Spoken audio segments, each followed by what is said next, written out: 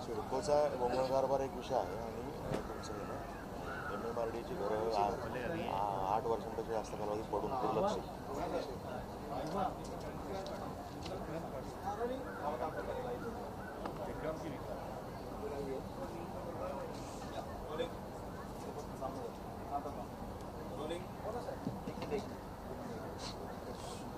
तर तुम्ही सातत्याने सिडकोतील वेगवेगळे विषय घेत आहात.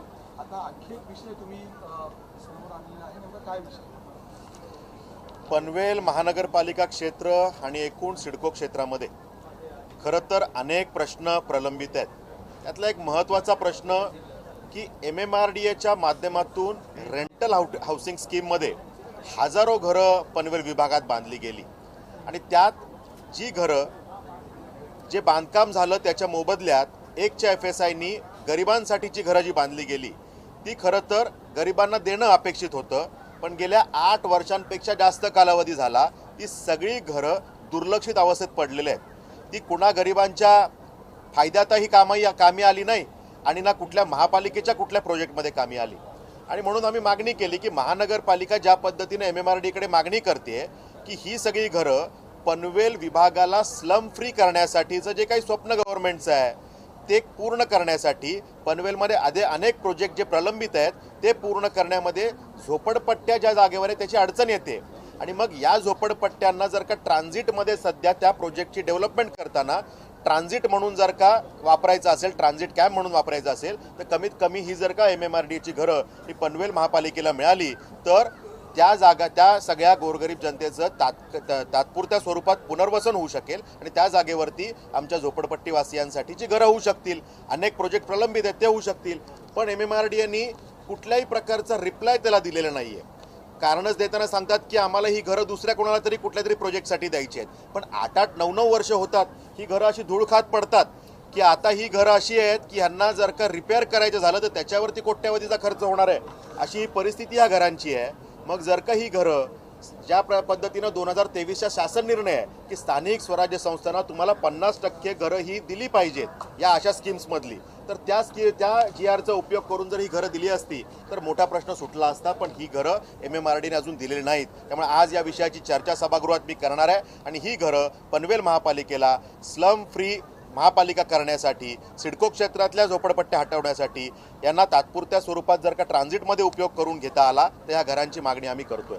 दुसरा विषय यामध्ये महत्त्वाचा आहे की सिडकोकडे पनवेल महापालिकेने प्रधानमंत्री आवास योजनेअंतर्गत या सगळ्या झोपडपट्ट्यांचं पुनर्वसन करण्यासाठी जागा मागितली आणि ही जागा त्या ठिकाणी सिडकोनी देत असताना प्रधानमंत्री आवास योजनेचा प्रोजेक्ट मंजूर झाला, पण सिडकोकडनं त्या जागेसाठीची NOC एक बाकी होती. सिडकोने ती NOC दिली नाही म्हणून तो प्रोजेक्ट प्रलंबित राहिला.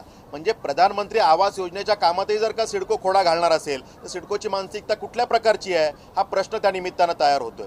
अनेक प्रश्न सिडकोनी प्रलंबित ठेवलेत, त्यातलाच हा एक प्रश्न आहे. म्हणजे सिडकोचा कारभार किती भोंगळ हे बघा की ज्या वेळेला NOC तर सिडकोने दिलीच नाही आणि सिडकोने सांगितलं की तुम्ही दुसऱ्या प्लॉटची मागणी करा.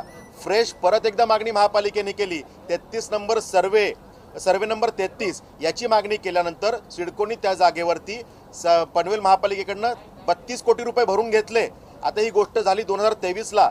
2 वर्ष होऊन 32 करोड महापालिकेचे म्हणजे जनतेचे पैसे सिडकोकडे पडून आहेत, पण सिडको त्याला प्लॉट देत नाही. आणि नंतर तर समोर आलं की जो प्लॉट सिडकोने देऊ केला होता त्याच्यावरती ऑलरेडी अतिक्रमण होतं. ती जागा सिडकोने ॲक्वायरच केलेली नव्हती. मग सिडकोने परत भूमिका बदलली आणि म्हटले तुम्ही आता 59 नंबरचा प्लॉट मागा.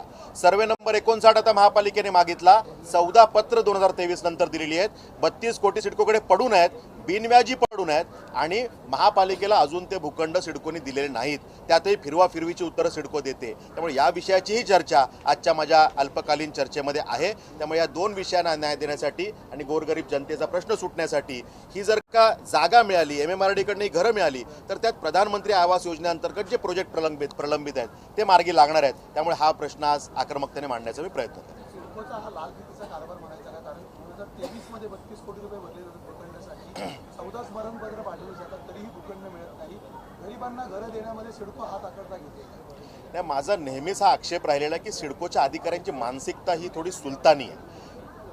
देवाभाऊंचं विजन, सरकारचं विजन हे गोरगरीब जनतेच्या कल्याणाचं आहे, पण ते तळागाळापर्यंत पोहोचवताना सिडको नेहमी अडकाटी करते, हा माझा नेहमी आरोप राहिलेला आहे. आता या बाबतीमध्ये जर का पनवेल महापालिकेचे 32 कोटी म्हणजे जनतेचे 32 कोटी सिडकोकडे पडून आहेत, तर त्यांनी तात्काळ भूखंड द्यायला पाहिजे होता, पण हा भूखंड दिला गेला नाही. या उलट पनवेल महापालिकेकडून थोडेसे जीएसटीचे आणि टीडीएसची रक्कम भरण्यासाठी 1-1.5 महिन्याचा विलंब झाला, तर त्यासाठी सिडकोने डिले पेमेंट चार्जेस 1.5 लाख त्यांना चार्ज केले आणि महापालिकेचे 32 कोटी पडून आहेत ते बिनव्याजू, त्याला 1 रुपयाचं व्याज महापालिकेला सिडको देत नाही. म्हणजे अशा पद्धतीची जी मानसिकता आहे, हम करे सो कायदा, ही मुजोरी आहे. ईस्ट इंडिया कंपनीसारखं जे सिडकोचं वागणं आहे, याला आमचा विरोध राहिलेला आहे आणि त्यामुळे या विषयाला जो काही न्याय द्यायचा ते देण्यासाठी आम्ही आक्रमकपणे भूमिका म्हणू. जबाबदार कोण आहेत सिडकोचे कुठले अधिकारी, त्यांच्यावरती काही कारवाईची मागणी केली? मी 100% ही मागणी करणार आहे. जर का बेजबाबदारपणे, म्हणजे जनतेला तर सिडको गिनतच नाही, जनता कुठले नागरिक प्रश्न घेऊन गेले तर सिडको त्यांना केराची टोपलीच दाखवते, पण महापालिकेसारखी अथॉरिटी जी गव्हर्नमेंट बॉडी आहे, लोकल बॉडी आहे, त्यांचे 32 कोटी तुम्ही जर का 3-3 वर्ष पडून ठेवणार असाल आणि जर का कुठलंही उत्तर तुम्ही देणार नसाल, 14 पत्र महापालिकेचे जाणार असतील की ज्या सिडकोच्या बोर्डामध्ये, त्यांचं जे बोर्ड आहे त्यात महापालिकेचे आयुक्त पण मेंबर आहेत, JNPTचे आयुक्त मेंबर आहेत, सगळी मंडळी हे मेंबर आहेत. मग ते असताना जर का महापालिकेला आपण उत्तर देणार नसाल तर ही मुजोरी आहे आणि ही मुजोरी लोकप्रतिनिधी म्हणून आम्ही चालू देणार नाही. शेवटी जनतेच्या कल्याणासाठी आम्ही आहोत आणि त्यामुळे तात्काळ ही घरं मिळणं, त्यासाठी आम्ही काय करणार आणि त्या ठिकाणी ती जमीन जी सिडकोनी देणं आहे, ज्याच्यासाठी 32 कोटी महापालिकेने भरलेत, ती जमीन तात्काळ देण्यासाठी काय करणार यासाठी आम्ही पाठपुरावा करू. आणि जे अधिकारी ह्यात कुठंतरी ह्या विषयाला गालबोट लावण्याचा प्रयत्न करतात, खोडा घालण्याचा प्रयत्न करतात, त्यांच्यावरती सुद्धा कारवाईची मागणी मी करणार. थँक्यू.